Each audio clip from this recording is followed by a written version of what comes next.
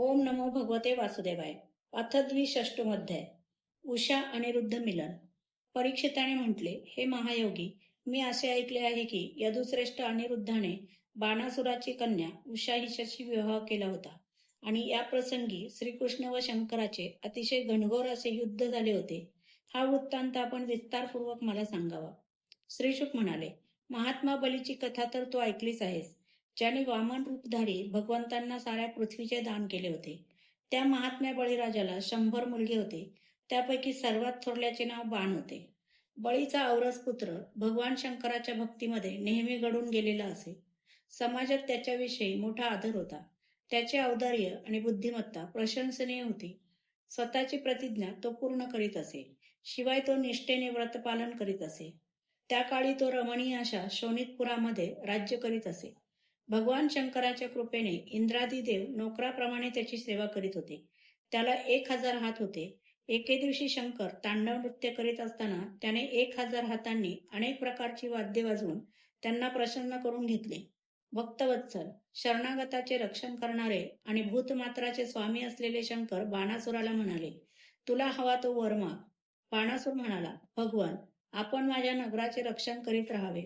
बळाचा गर्व चढलेल्या बाणासुराने एके दिवशी त्याच्या शेजारी असलेल्या भगवान शंकरांच्या चरणकमलांना सूर्याप्रमाणे चमकणाऱ्या मुकुटाने स्पर्श करून प्रणाम केला आणि म्हटले, हे महादेवा, आपण सर्व चराचर जगाचे गुरु आणि ईश्वर आहात. मी आपणास नमस्कार करीत आहे. ज्या लोकांचे मनोरथ पूर्ण झालेले नसतात त्यांचे ते मनोरथ पूर्ण करणारे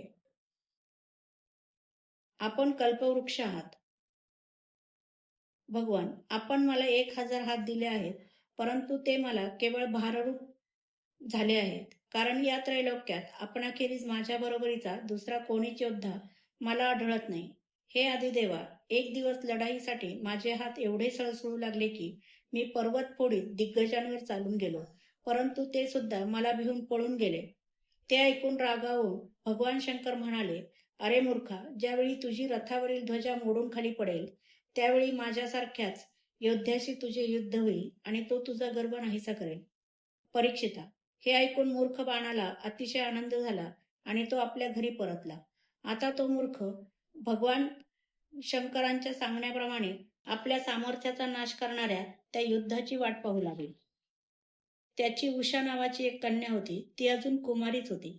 तरी सुद्धा एके दिवशी स्वप्नामध्ये तिने पाहिले की अनिरुद्धाशी आपला समागम झालेला आहे. विशेष म्हणजे तिने अनिरुद्धाला कधी पाहिले नव्हते की त्याच्याविषयी काही ऐकलेही नव्हते. स्वप्नातच तो न दिसल्याने ती म्हणाली, नाथ, आपण कोठे आहात? असे म्हणतच ती जागी झाली व व्याकुळ होऊन उठून बसली. नंतर आपण सख्यांच्या मध्ये आहोत असे पाहून अतिशय लज्जित झाली.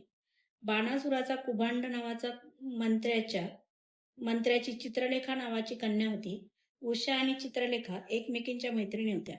चित्रलेखेने उषेला कुतूहलाने विचारले, हे सुंदर राजकुमारी, अजून तुझे कोणी पाणी ग्रहण केले नाही, तर मग तू कोणाला शोधित आहेस आणि तुझ्या मनात काय आहे? उषा म्हणाली, गडे, मी स्वप्नात एक पुरुष पाहिला. त्याच्या शरीराचा वर्ण सावळा असून नेत्र कमलदलाप्रमाणे होते. तो पितांबर नेसलेला असून त्याचे बाहू पुष्ट होते. तो स्त्रियांना आवडेल असाच होता. त्याने आपले अधरामृत मला पाजले. तो मला आणखी हवा होता. तेवढ्यात तो मला दुःख सागरात लोटून कुठेतरी निघून गेला. मी माझ्या त्याच प्राणवल्लभाचा शोध घेत आहे. चित्रलेखा म्हणाली, सखे, तुझा चित्त जो त्रैलोक्यात जर असेल तर मला तो दाखव. मी त्याला आणीन आणि तुझी विरह व्यथा नाहीशी करीन. असे म्हणून चित्रलेखीने काही देव, गंधर्व, सिद्ध, चारण, पन्नग, दैत्य, विद्याधर, यक्ष आणि माणसांची हुबेहूब चित्रे काढली. मनुष्यांमध्ये तिने वृष्णी वंशातील शूरसेन, वसुदेव, बलराम आणि श्रीकृष्ण यांची चित्रे काढली. नंतर प्रद्युम्नाचे चित्र पाहतात उषा लाजली. परीक्षिता, जेव्हा तिने अनिरुद्धाचे चित्र पाहिले तेव्हा तर लाजेने आपली मान खाली घातली. नंतर स्मितहास्य करत ती म्हणाली, हाच तो माझा प्राणवल्लभ. परीक्षिता, चित्रलेखा योगिनी होती.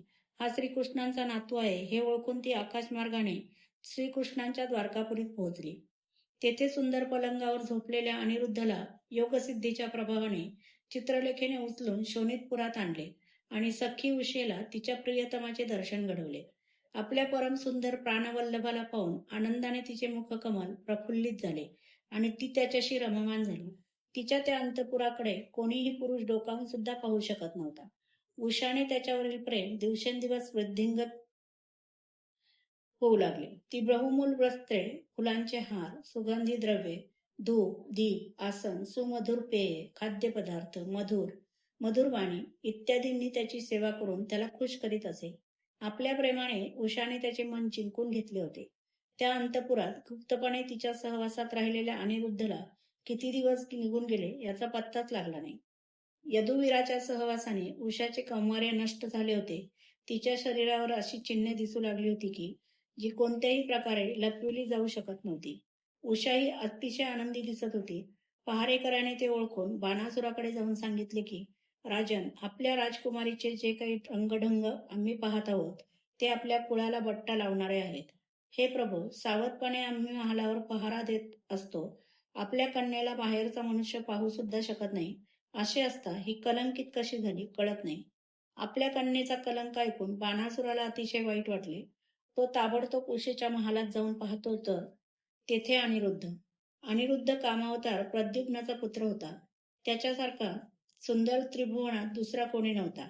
त्याच्या सावळ्या शरीरकांतीवर पितांबर शोधत होता. लांब बाहू होते, कमलदलाप्रमाणे डोळे, कुरळे केस, कुंडलांची दीप्ती आणि मंद मंद हास्ययुक्त नजर यामुळे मुखाचे सौंदर्य काही आगळेच दिसत होते. त्यावेळी अनिरुद्ध सुंदर वेशभूषा केलेल्या प्रियेबरोबर द्यूत खेळत होता. मोगऱ्याचा हार त्याच्या गळ्यात होता आणि त्या हाराला उषाच्या अंगाचा स्पर्श झाल्याने तिच्या वक्षस्थळाचे केशात लागले होते. त्याला उषेच्या जवळच बसलेला पाहून बाणासूर आश्चर्यचकित झाला. बाणासूर पुष्कळशा शस्त्रास्त्रांनी सुसज्ज असलेल्या वीर सैनिकांसह महालात घुसल्याचे जेव्हा अनिरुद्धाने पाहिले तेव्हा त्याला मारण्यासाठी तो लोखंडाचा एक भयंकर परीघ उगारून पावित्र्यात उभा राहिला, जणू कालदंड घेतलेला यमच. ते सैनिक त्याला पकडण्यासाठी जसजसे त्याच्या अंगावर धावून जात तसतसा तो त्यांना डुकरांच्या कळपाच्या नायकाने कुत्र्यांना मारावे त्याप्रमाणे मारू लागला. अनिरुद्धच्या फटकाऱ्याने त्या सैनिकांची मस्तके, हात, मांड्या इत्यादी अवयव तुटू लागले. तेव्हा ते महालाबाहेर पळून गेले. आपल्या सेनेचा संहार करणाऱ्या त्याला शूर बाणासुराने संतापून नागपाशांनी बांधले. आपल्या प्रियतमाला बांधलेले ऐकून उषा शोकाने आणि खेदाने अत्यंत विव्हळ झाली. तिच्या नेत्रातून अश्रुधारा वाहू लागल्या आणि ती रडू लागली. अध्याय 62 समाप्त.